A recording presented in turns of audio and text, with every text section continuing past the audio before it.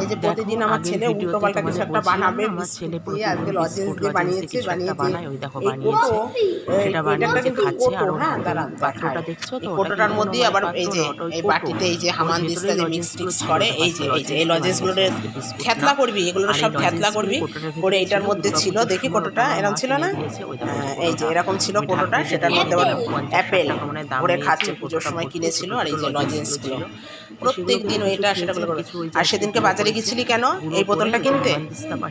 কেমন দেখা বোতলটা? ভালো হয়েছে? খুশি বোতল পেয়ে? আর সেদিনকে রাতে ওই যে বাজারে গেল এই বোতল কেনার জন্য, ওর স্কুলের বোতল হারিয়ে গিয়েছিল, সেই বোতল কিনতে গিয়েছিল। এটা কিনে নিয়েছে, কি সুন্দর আমার আমি হারিয়ে দিয়েছি, খুব পছন্দ হয়েছে।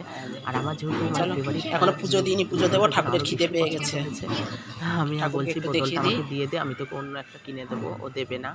আর মজা করছিলাম। যাই হোক, বোতলটা হারিয়েছে বলতে ও হারায়নি, দোষ ওর না। এটা আমাদের একটু কমই হারায় ঠাকুরের আশীর্বাদে। এটা আমাদের নিরামিষ আমার ফ্রিজ। কাছ থেকে মানে আমি ওকে আমাদের দুটো ফ্রিজ থাকে। আর এই যে তারপরে ভগবানকে রাস্তায় দর্শন পড়ে করিয়ে দিই গিয়েছে একবারে। নাকি আমি ঠিক মনে করতে পারছি না। আমি স্কুলে গিয়ে খোঁজ করেছি, তার পেলাম না, জানো না। তা বোতলটা ওই জন্য ওর বাবা আবার একটা নতুন কিনে দিয়েছে। এই যে আমার গনু সোনা, গোপু সোনা, আর এটা আমার গনু সোনা। নিরামিষ ফ্রিজ, মানে ঠাকুরের জন্যই বলতে গেলে, যেহেতু সবসময় তো বাজারে যাওয়া পসিবল হয় না। ঠাকুরের ফুল ফল মিষ্টি সমস্ত নিরামিষ জিনিসপত্র সব থাকে, ঠাকুরের জিনিসই বেশি থাকে। দেখো ঠাকুরকেও দেখিয়ে দিলাম, বললাম না আগের ভিডিওতে, ওই যে জল ভরা দেখছিলাম, প্রচুর বেলা হয়ে গিয়েছে, দেবো পুজো, তাড়াতাড়ি করে চলে এসেছি।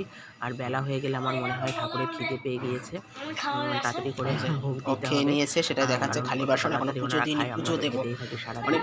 আর ওনাদের তো 3 বার দিনে, ওই জন্য তাড়াতাড়ি করে চলে এসেছি, পুজো দেবো। তা ভগবানকে একটু দর্শন করিয়ে দিলাম। আর দেখো তোমরা